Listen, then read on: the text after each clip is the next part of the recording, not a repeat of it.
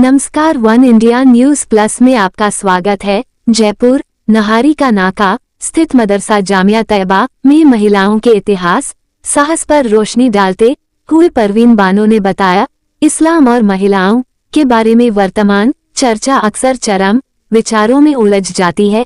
एक और धर्मनिरपेक्ष आलोचक हैं जो धर्म को हमेशा सीमित मानते हैं, दूसरी ओर कट्टरपंथी व्याख्याएं हैं जो दावा करती हैं कि महिलाओं की अधीनता कुरान के पाठ और संदर्भ की उचित व्याख्या है।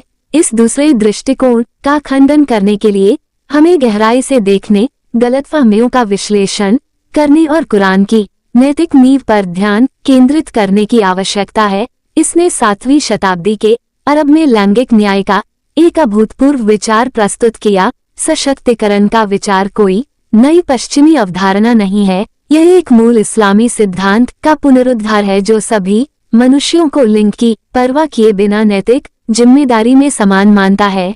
ये समानता इस्लाम में महिलाओं के अधिकारों की नींव है और उन कट्टरपंथी मान्यताओं का सीधा विरोध करती है। कार्यक्रम की जानकारी मदरसा डायरेक्टर कारी मोहम्मद इशाक साहब ने दी और महिला दिवस की शुभकामनाएं दी।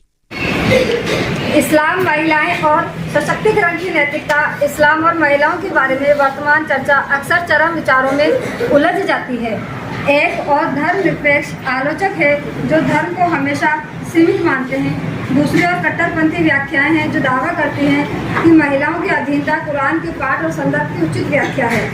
इस दूसरे दृष्टिकोण का खंडन करने के लिए हमें गहराई से देखने, गलतफहमियों का विश्लेषण करने और कुरान की नैतिक नींव पर ध्यान केंद्रित करने की आवश्यकता है।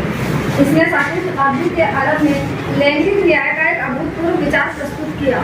सशक्तिकरण का विचार कोई नई पश्चिमी अवधारणा नहीं है, यह एक मूल इस्लामिक सिद्धांत का पुनरुद्धार है जो सभी मनुष्यों को लिंग की परवाह किए बिना नैतिक जिम्मेदारी को समान मानता है।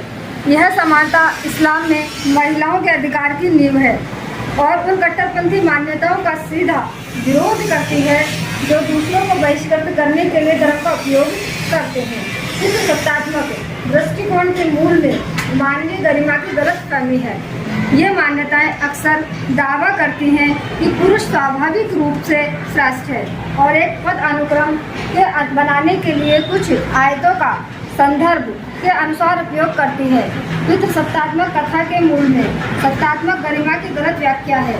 कुरान का मानव शास्त्र मानवता की उत्पत्ति एक आत्मा या नफ्स वाहिदा से मानता है जो एक साझा सार का संकेत देता है, लिंग से परे है।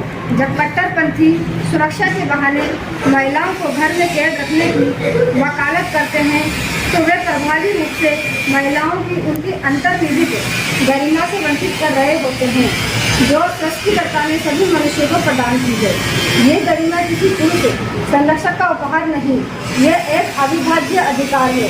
इस धार्मिक आधार को पुनः स्थापित करने पर हम पाते हैं कि इस्लाम में सशक्तिकरण की नैतिकता अस्तित्व में आने की अनुमति नहीं मानती, बल्कि मानव निर्मित उन बाधाओं को दूर करने की मांग करती है जो किसी व्यक्ति को अपनी क्षमता को पूर्ण करने से रोकती है।